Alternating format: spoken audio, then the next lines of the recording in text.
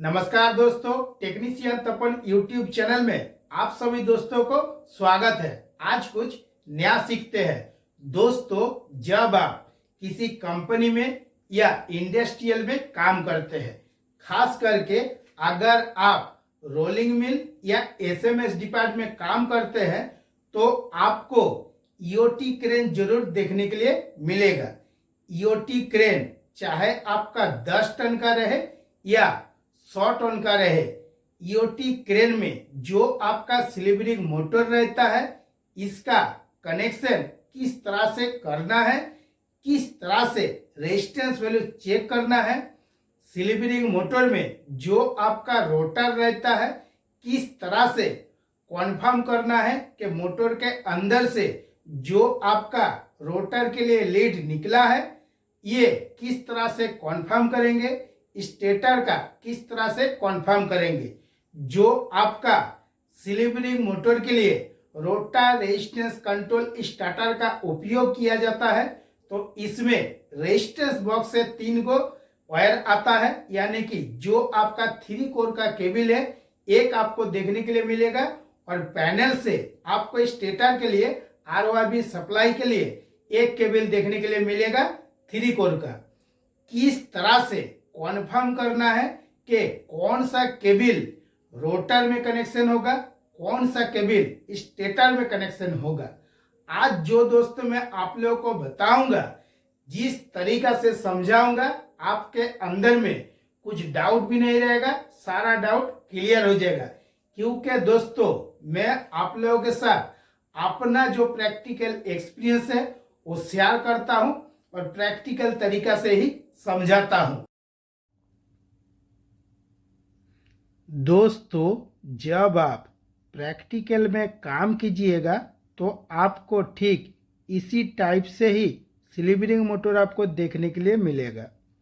ये क्या है ना, स्लीवरिंग मोटर में जो आपका स्लीवरिंग लगा हुआ रहता है इसका कार्बन होल्डर है और आपका कार्बन ब्रश लगा हुआ है।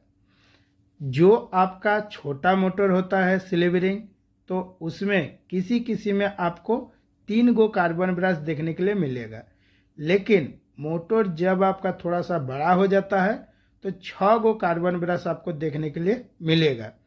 इसके ऊपर आपका प्रैक्टिकल एक्सपीरियंस बनाना भी है और कुछ डाउट भी नहीं रखना है। इसीलिए दोस्तों मैं आप लोगों को प्रैक्टिकल में समझा रहा हूँ और प्रैक्टिकल वीडियो डाल के, क्योंकि बहुत सा फ्रेंड ये रिक्वेस्ट किया था कि प्रैक्टिकल वीडियो डाल के समझाइएगा तो बेटर तरीके से समझ में आएगा। अभी दोस्तों आपको कार्बन ब्रश दिखाता हूँ कि कार्बन ब्रश कब आपको चेंज करना है। हर कार्बन ब्रश में क्या होता है, एक आपका मार्किंग दिया हुआ रहता है। जो मार्किंग दिया हुआ रहता है उस मार्किंग में जैसे ही आपका टच होगा तो तुरंत आपको कार्बन ब्रश चेंज कर देना है। देखिए इसमें एक मार्किंग दिया हुआ है। अभी ये जो कार्बन ब्रश है कुछ दिन चलेगा, उसके बाद आपका चेंज करना पड़ेगा। अगर आप अच्छा तरीका से पीआई और पीएम करते हैं तो कभी भी आपके पास स्लीवरिंग मोटर नहीं जलेगा, ना स्लीवरिंग मोटर का रोटर कभी शॉर्ट होगा।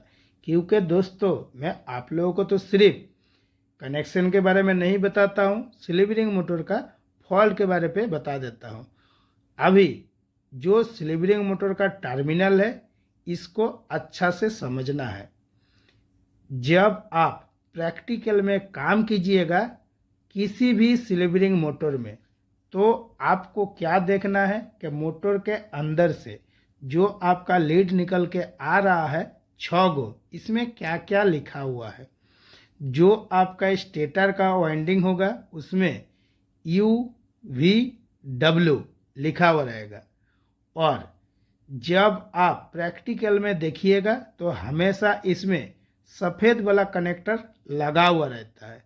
जब आपका स्लीवरिंग मोटर नया आएगा तो हमेशा सफ़ेद कलर का ही जो स्टेटर का लीड रहेगा उसका कनेक्शन दिया हुआ रहता है।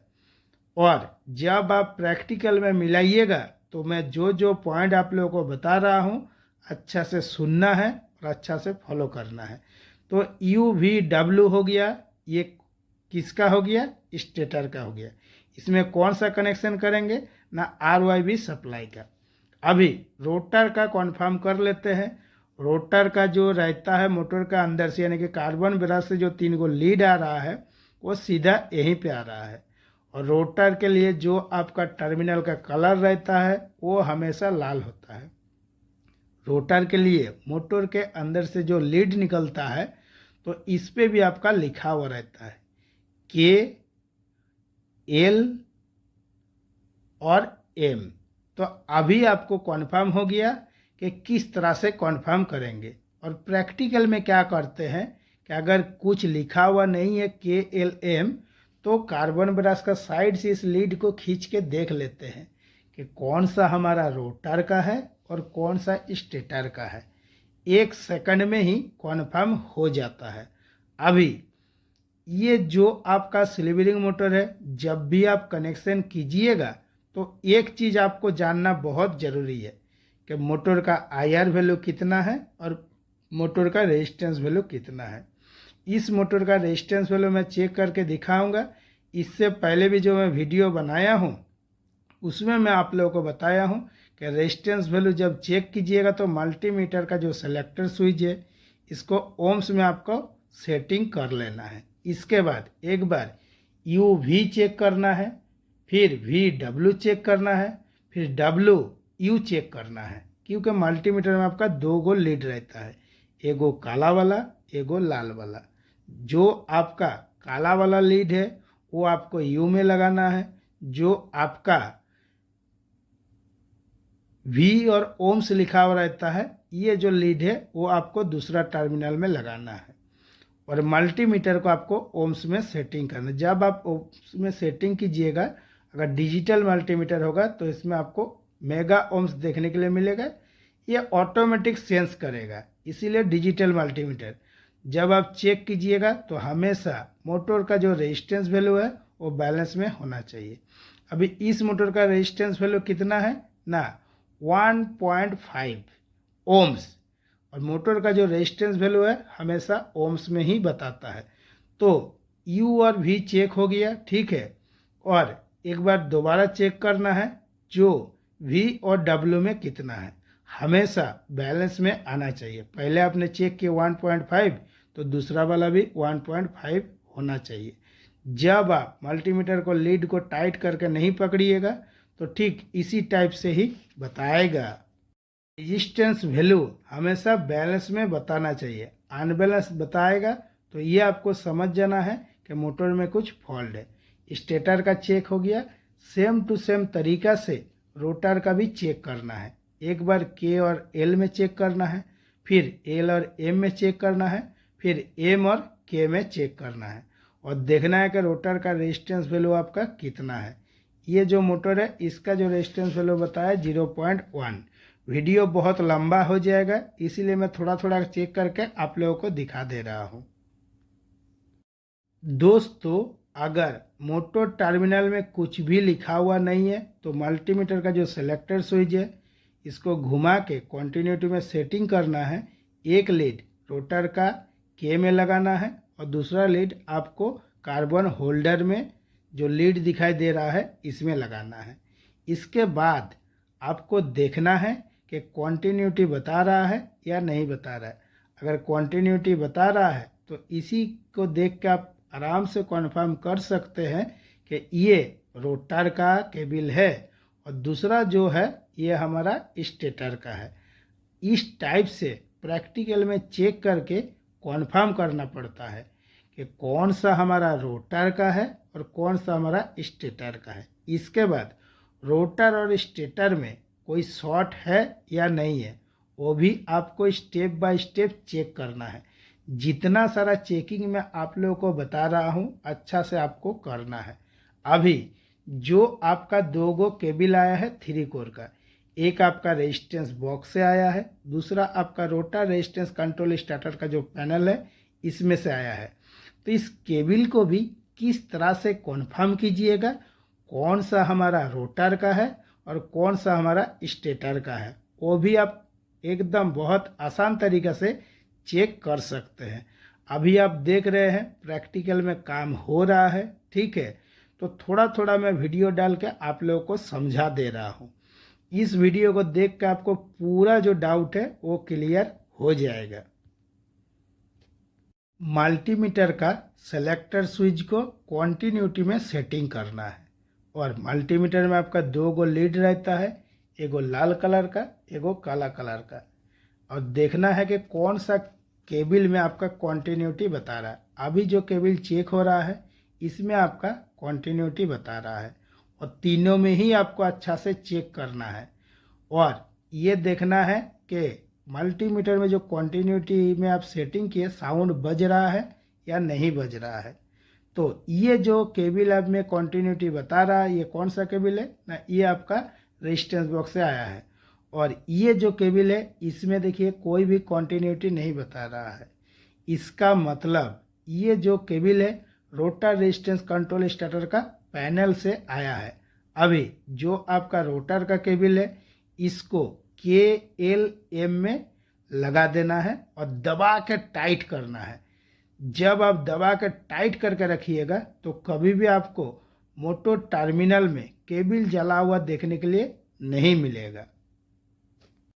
रोटर का केबल का कनेक्शन हो गया है KLM में। अभी जो आपका UVW है इसमें जो आपका रोटर रेजिस्टेंस कंट्रोल स्टार्टर से केबल आया है इसको आपको मोटर टर्मिनल में कनेक्शन करना है। UVW में, U में R, V में Y और W में B। तो प्रैक्टिकल में क्या होता है, कभी कभी जो अगर B ब्लू कलर के जगह काला कलर रहता है, उससे कोई दिक्कत नहीं है। जो आपको समझा रहा हूँ बेटर तरीके से समझ में आना चाहिए। और ये जो रोटर रेजिस्टेंस कंट्रोल स्टार्टर है ये आपका लॉन्ग ट्रबल का पैनल है। इसमें आपको 2 गो थर्मल ओवरलोड रिले देखने के लिए मिलेगा, और अभी के डेट में DMPR देखने के लिए मिलेगा, डिजिटल मोटर प्रोटेक्शन रिले।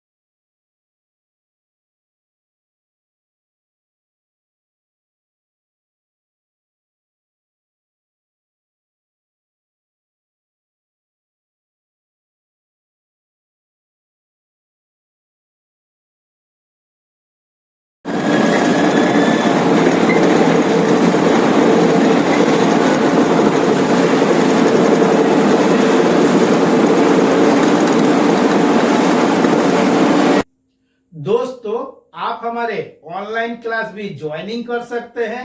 जो आपको यहाँ पे लिस्ट देखने के लिए मिल रहा है ये 1 मंथ का लिस्ट है।